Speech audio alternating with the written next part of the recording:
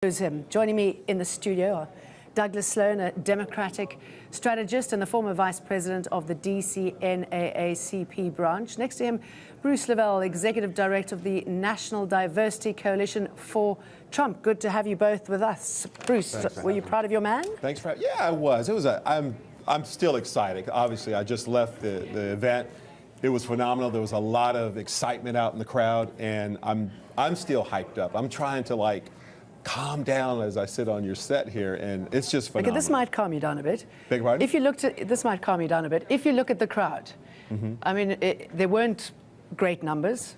Traditionally, they were predominantly white faces. No. I mean, how did you feel when you looked at that crowd? I was in a great position to see all types of diverse backgrounds there. So I have to respectfully disagree. I was actually there in the midst of the crowd. And I was there, and it was really, really, really awesome. Okay. I guess by diversity you mean different ages. There were No. older white men, middle-aged white men, younger white men, right? No. Different WhatsApp payslips, maybe. What about you? Were you as buzzed from the speech? No, I wasn't. And regarding the crowd, you're right. It was a much smaller crowd than we saw with President Barack Obama. I got a tweet earlier today that juxtaposed today's crowd against 2008, and no one's going to be able to compete with Obama in 2008. You know, I mean, even where Patty Culhane was a little bit earlier on the mall, I mean, there was nobody there. Yeah. So it wasn't as well as attended. The speech was more along the lines, like you said earlier, it was more a campaign speech as opposed to an aspirational or inspirational speech. It sounded like, to me, it sounded like this is a guy that's coming on right after President Bush. He spoke of American carnage, and this is horrible, and we need to fix this and everything like that. And I mean, I'm not saying that, he's not going to go in. I hope that he's able to come in and improve on some of the things that Obama's done. But, just the speech, I would have liked to hear more of how he's going to make America great again, how he's going to make all these improvements. Yes, because he made those promises, but basically he confirmed that he would continue dismantling what Obama has put in place, that he'd secure borders, protectionism. Well, I think at the end of the day, he's been very clear about draining the swamp. And guys, one thing about draining the swamp, when he said that no more Washington, and that's applicable to Republicans and Democrats all along during the campaign, to take everything that's been wheeled and dealed through special interest groups and some shady lobbyists, not all, Douglas, not all shady, and put it back to the American people. If you heard that, how that resonates, no more of this, no more backdoor dealings and pay to play. I was going to say it's, but you have to get back to the American people. Deal up with those close to him first, right? I mean, the business issues that are debatable, the relationship with Russia, if we're talking about draining swamps, I mean, how big is that swamp? In relation to Russia, I think it's, clear that the president's been very clear all along of wanting allies. And, the biggest ally to have, of course, is to fight radical Islamic terrorism, which has been going on, which is putting such a tremendous bad label on our peaceful brothers and sisters who are Muslims here in the United States as well as the country. So to have that partnership, whoever you are, from Russia, Spain, or whatever, that's the underlying goal of that relationship, is having some peaceful with another superpower in the region that can have help to solidify any terror on any soil of any land across the world. So, okay, what about on this soil? We've seen protests throughout the day.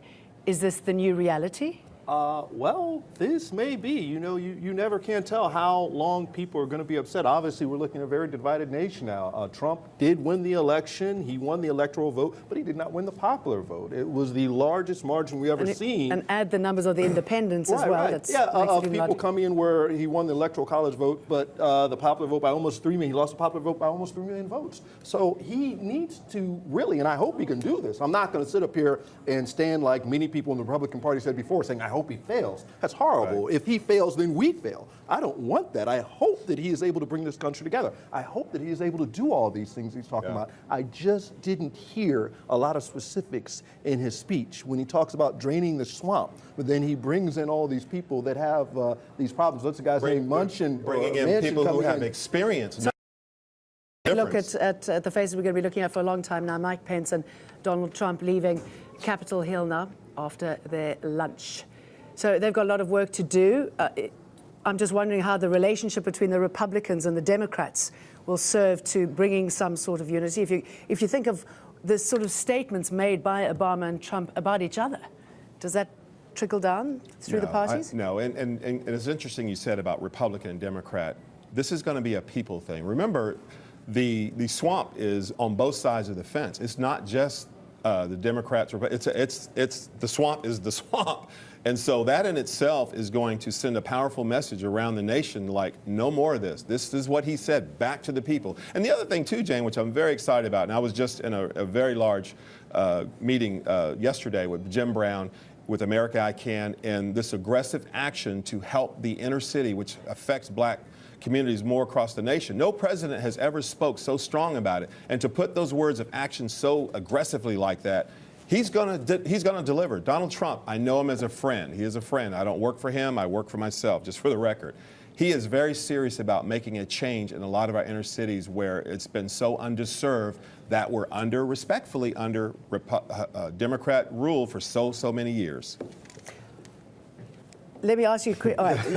Yes. I have a lot to say. A lot to say there. I know that we're running tight on time. 2 seconds. Yeah, Got 2 seconds. Come on. Well, I just think that you have to look at what President Obama did. My Brother's Keeper initiative. A lot of the things he did to help which the we want to lower-income continue. communities. Yeah, that you want to continue. Yes. Of course, the Affordable Care Act, which gave 20 million people health insurance that he wants to dismantle. Obama did a lot to help middle America. The 82 consecutive months of continual job growth. We have the lowest unemployment that we've seen in years at 4.6%. You cannot sit up here and say that Obama has been a failure. Obama has been a great success.